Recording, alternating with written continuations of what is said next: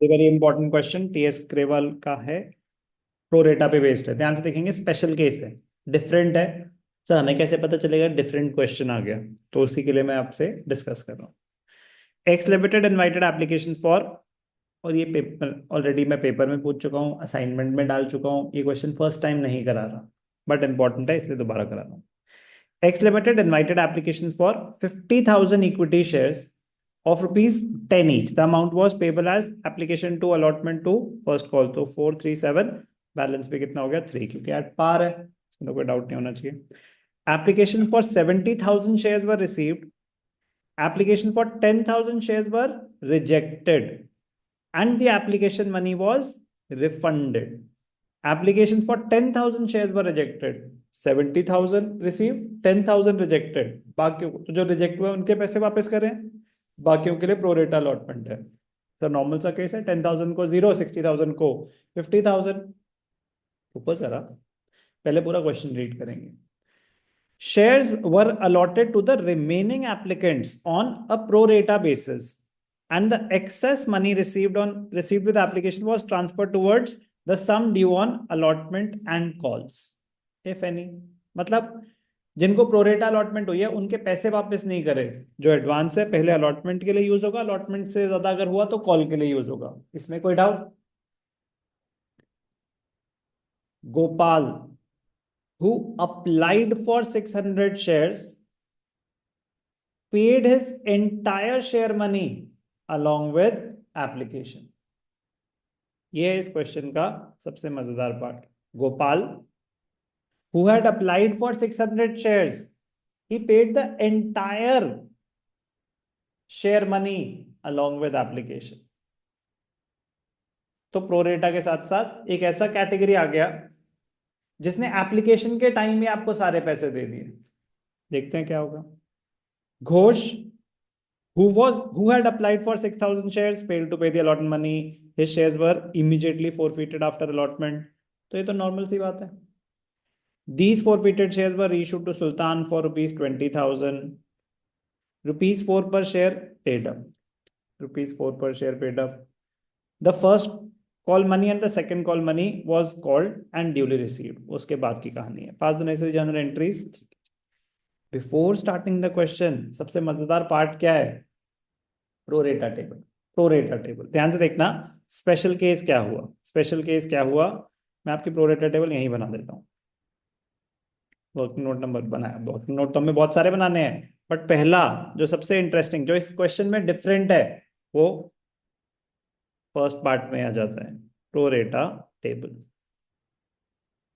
Shares applied, shares allotted, money received. Shares applied, 10,000 को तो हमने रिजेक्ट ही कर दिया, 10,000 को दिए 0, बाकी 60,000 को 50,000 दिए हैं।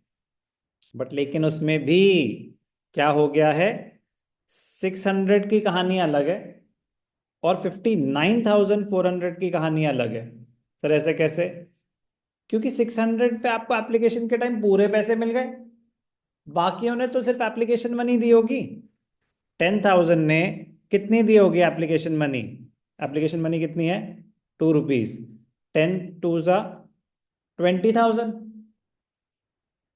बट 600 पे क्या मिला होगा आपको? Money received, entire money. Entire money मतलब 6,000। 6,000, यस और नो? बट बाकी 59,400 जो है, उन्होंने कितने दिए होंगे? उन्होंने तो ₹2 के हिसाब से ही दिए होंगे। 10,000 एप्लीकेंट्स ने कितने दिए? 10,000 इंटू 2। 600 ने कितने दिए? 600 इंटू 10। इन्होंने कितने दिए? 59,400 इंटू 2। 59,400 इंटू 2। अभी तक कोई डाउट? 59,000 मतलब 6 2 120, 120 6 2 12, 1,18,800।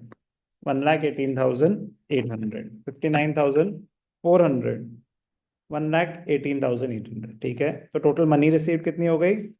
138, 144, 800। 138, 144, 144, 800। अभी तक कोई डाउट? अलॉटमेंट की टेबल इंटरेस्टिंग है। आपका प्रोरेटा रेशियो क्या है? 60 को 50 दे रहे हैं, तो 600 को कितने देंगे? 500। अगर 60,000 शेयर्स को 50,000 दे रहे हैं, 10,000 तो जीरो हो गए, बाकी 60 को 50 दे रहे हो तो 6 को 5 दोगे, 600 को 500 दोगे, और यहाँ पे क्या हो जाएगा? 59,400 इंटू 5/6। मतलब बचे तो आपके पास कितने शेयर्स हैं?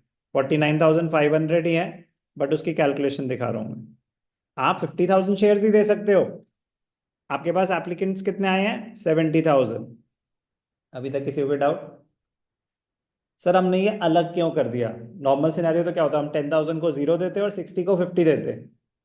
पहला डाउट ये आएगा कि 60 को 50 की जगह ये हमने स्प्लिट क्यों कर दिया? नॉर्मल सिनेरियो में तो हम बस 60,000 एप्लीकेंट्स दिखाते, 50,000 उनको शेयर देते थे। स्प्लिट इसलिए कर दिया कि इस 60,000 में 600, गोपाल जो था जिसने 600 शेयर्स अप्लाई करे थे, उसने एप्लीकेशन के टाइम ही 2 रुपए नहीं दिए थे, पूरे 10 रुपए दे दिए थे। अब ये यूज कैसे होंगे? यूटिलाइजेशन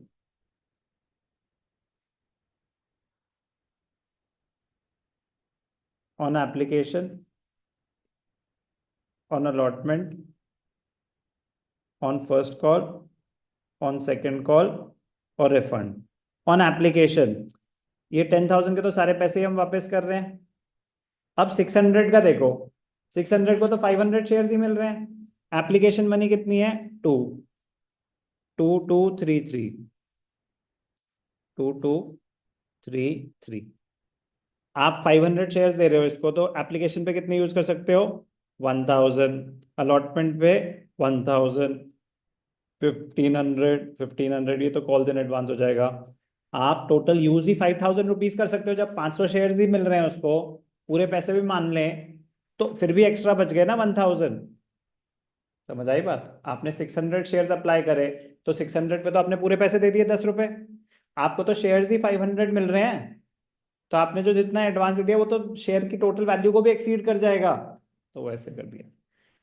बाकी 59,400 पे इतना आया था, यूज हुए 49 हम शेयर्स अलॉट कर रहे हैं, तो मतलब 599,000। तो एप्लीकेशन पे कितने रुपए आ गए? 1 लाख। अब इसमें कितने बच गए? 18,800, मतलब 19,800।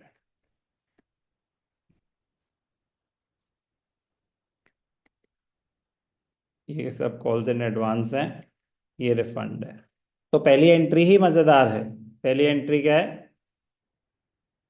बैंक अकाउंट डेबिटेड टू, क्या स्पेसिफाई करा ना, इन्हें इक्विटी शेयर्स हैं, इक्विटी शेयर्स। तो हमें क्या करना पड़ेगा? Bank account debited to equity share application. पैसे कितने रिसीव करे? 1,44,800, 1,44,800। यूज कैसे हुए? Equity share application debited to equity share capital to equity share allotment to calls in advance to जो रिफंड हुआ है बैंक। पैसे आए 144,800। एप्लीकेशन पे कितने यूज हो गए? फेस वैल्यू क्या है? 1 lakh. 50,000 into two, 1 lakh. Allotment का एडवांस कितना हो गया? 20,800। Calls in advance first call second call मिला के 3,000। रिफंड कितना कर रहे हैं? 21,000। तो ये जो कॉम्प्लिकेटेड एंट्री है, टेबल बना के ही करना पॉसिबल होगा। कैलकुलेशन वेरीफाई कर लेंगे। 120,800 प्लस 24,144,800। 70,000 पे पूरे 2 रुपए 140, और 600 पे एक्स्ट्रा 144,800। तो सबसे डिफरेंट पार्ट ये था। बाकी एक नॉर्मल क्वेश्चन की तरह है कि जब हमने अलॉटमेंट मनी मांगी तो कितनी मिली कितनी नहीं मिली, फिर ये अपना घोष की कैटेगरी आ जाएगी, वो मैं करूंगा। पहले आप फर्स्ट स्टेप को कॉपी करें, फर्स्ट स्टेप को अंडरस्टैंड करें, इसमें कोई डाउट है तो पूछेंगे, फिर मैं आगे सॉल्व करूंगा। क्वेश्चन मैं पूरा सॉल्व करूंगा, बट पहले ये तो अंडरस्टैंड करें कि हमें ये टेबल समझ आई कि नहीं आई, एप्लीकेशन की एंट्री समझ आई। अगर यही नहीं समझ आई तो अलॉटमेंट करने का फायदा नहीं है। तो पहले इतना डीकोड करेंगे जल्दी। अब नेक्स्ट है application done. Allotment money due, तो सिंपल स्ट्रेट फॉरवर्ड सी बात होती है, 50,000 शेयर्स हैं, 2 रुपये अलॉटमेंट मनी है, तो उसमें तो कोई प्रॉब्लम नहीं है। तो नेक्स्ट एंट्री क्या हो जाएगी, अलॉटमेंट मनी ड्यू। उसकी एंट्री क्या हो जाएगी, equity share allotment debited to equity share capital. Equity share allotment account debited to equity share capital. कितनी अलॉटमेंट मनी, 2 रुपीज, 50,000 शेयर्स पे 2 रुपीज। तो ये तो अलॉटमेंट मनी ड्यू हो गई। प्रोरेटा का मोस्ट इंपॉर्टेंट पार्ट ही क्या होता है, प्रोरेटा टेबल तो एक चीज, छोटी सी चीज है, मोस्ट इंपॉर्टेंट वर्किंग नोट होता है calculation of money received on allotment. Calculation of money received on allotment, और इसका वर्किंग नोट हमेशा एक जैसा ही होगा। सबसे पहले क्या आता है, money due less advance less arrears. कितने पैसे मिलने चाहिए थे, 50,000 इंटू 2, 1 लाख मिलने चाहिए थे। एडवांस कितना आया हुआ है वो हमने ऑलरेडी कैलकुलेट किया हुआ है, कितना, 19,800। एडवांस कितना आया हुआ है, 20,000, 19 तो इसका है, 1,000 इसका भी है, 20,800 एडवांस है, इसमें कोई डाउट, ये ऑलरेडी कैलकुलेटेड है, 20,800। तो अब हमें कितना मिलना चाहिए, इतना तो मिल गया, ये तो दोबारा मिलेगा नहीं, तो हमें कितना मिलना चाहिए, 79,200 मिलना चाहिए। बट लेकिन अब क्वेश्चन की इंफॉर्मेशन पे आते हैं। Ghosh who had applied for 6,000 shares failed to pay the allotment money and his shares were immediately forfeited। तो घोष ने अलॉटमेंट मनी नहीं दी, इसमें कोई डाउट। तो वर्किंग नोट में क्या आ जाएगा, एरियर्स, इसके, घोष के। कैलकुलेशन इन्वॉल्व है, प्रॉपर वर्किंग नोट बनेगा, वर्किंग नोट नंबर 3। इसको क्या नाम देंगे, डिटेल्स ऑफ घोष। घोष की कहानी क्या है, घोष हु अप्लाइड फॉर कितने, 6,000 शेयर्स, तो इसको अलॉट कितने हुए होंगे, 5,000, क्योंकि रेशियो वही है 60 को 50। तो 6,000 इंटू 5/6, तो कितने हुए होंगे, 5,000। इसका एडवांस कितना आया, एप्लीकेशन मनी पे तो उसने 6,000 के हिसाब से दिए होंगे, इसका एडवांस कितना आया होगा, एडवांस फॉर अलॉटमेंट, इसने 1,000 एक्स्ट्रा अप्लाई करे ना, तो 1,000 पे 2 रुपीज जो है इसका एडवांस आया होगा। ये कैसे निकाला, 6,000 इंटू 2, 12,000 यू रिसीव हुए थे, और यूज कितने हुए होंगे, 5,000 इंटू 2, 10,000। तो हम डायरेक्टली भी निकाल सकते हैं एडवांस, जितने भी डिफरेंस इन शेयर्स हैं, 1,000 एक्स्ट्रा शेयर्स। यहाँ तक कोई डाउट, यहाँ तक कोई डाउट। अब इसको अलॉटमेंट पे देने कितने थे, घोष की बात हो रही है, अलॉटमेंट मनी ड्यू, 5,000 शेयर्स हैं, allot money is 3 rupees, 2 rupees, 2,233 है,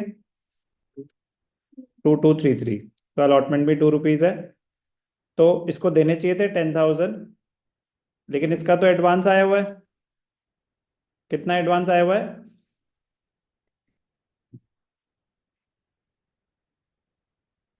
और बाकी आए नहीं कुछ, क्लियर। तो एरियर्स कितने हो गए, 8,000। तो इसके कितने पैसे आए होंगे, 71,200, मतलब इसके क्या, total money received on allot. समझ आया क्या हुआ। अब नेक्स्ट एंट्री क्या है,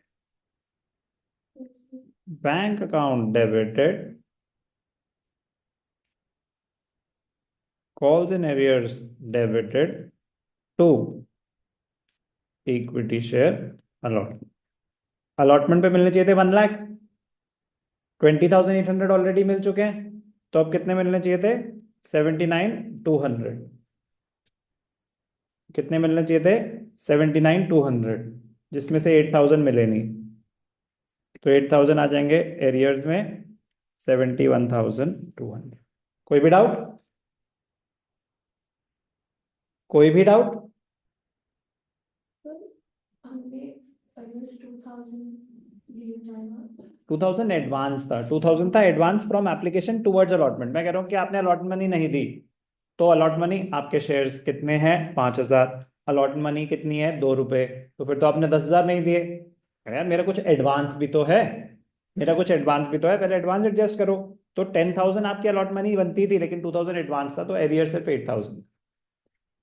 अब क्या हुआ? घोष के शेयर्स अलॉटमेंट के बाद ही फोरफीट हो गए।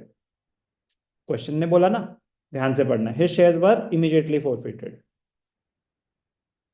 प्रीमियम तो नहीं है ना, ठीक है। तो equity share capital account debited.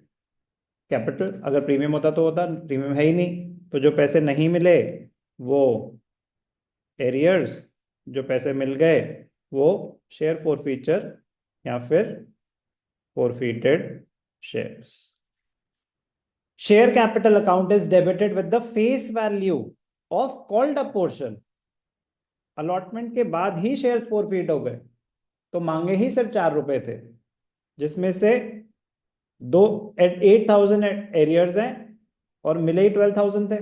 12,000 क्योंकि उसने 10,000 6,000 के हिसाब से 2 रुपीज दिए थे, 10,000 यूज हो गए थे एप्लीकेशन पे, 2,000 एडवांस था।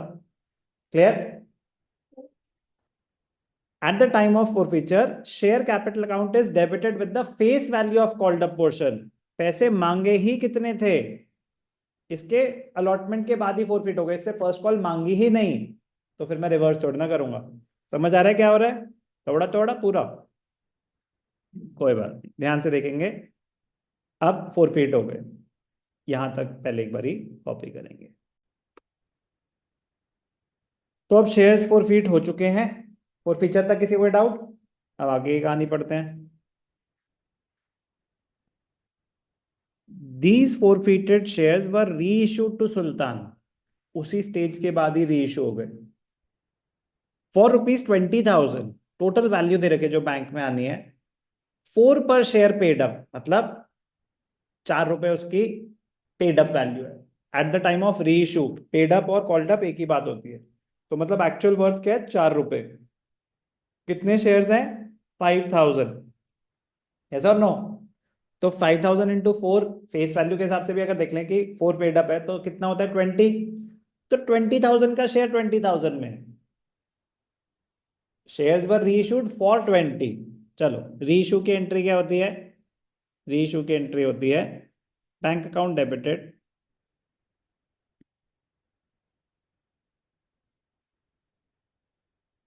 To equity share capital.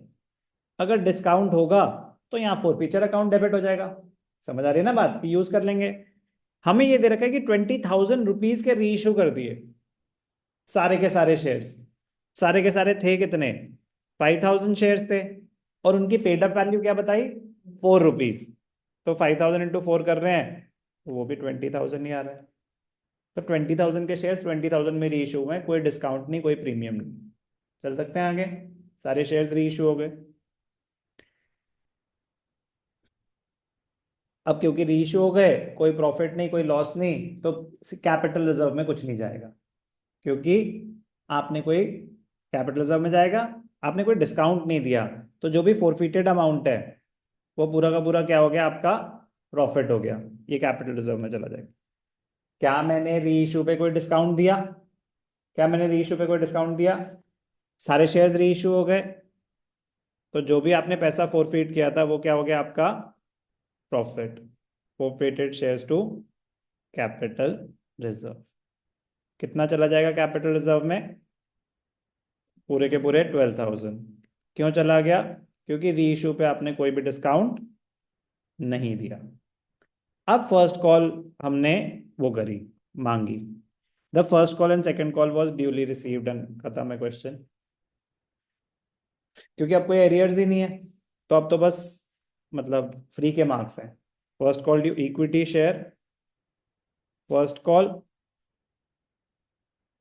To equity share capital, first call due. 50,000 into 3, 1,50,000।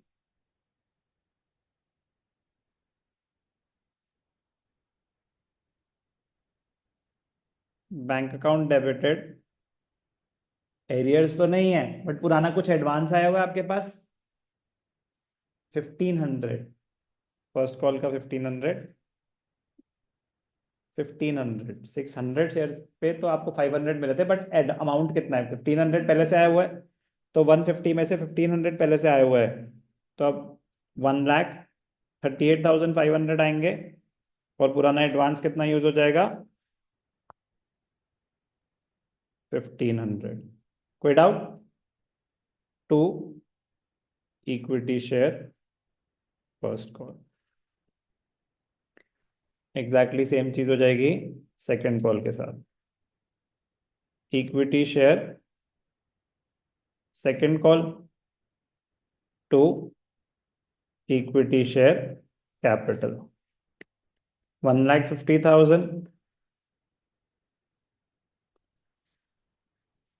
और कुछ एडवांस यूज हो रहा है, बैंक अकाउंट डेबिटेड,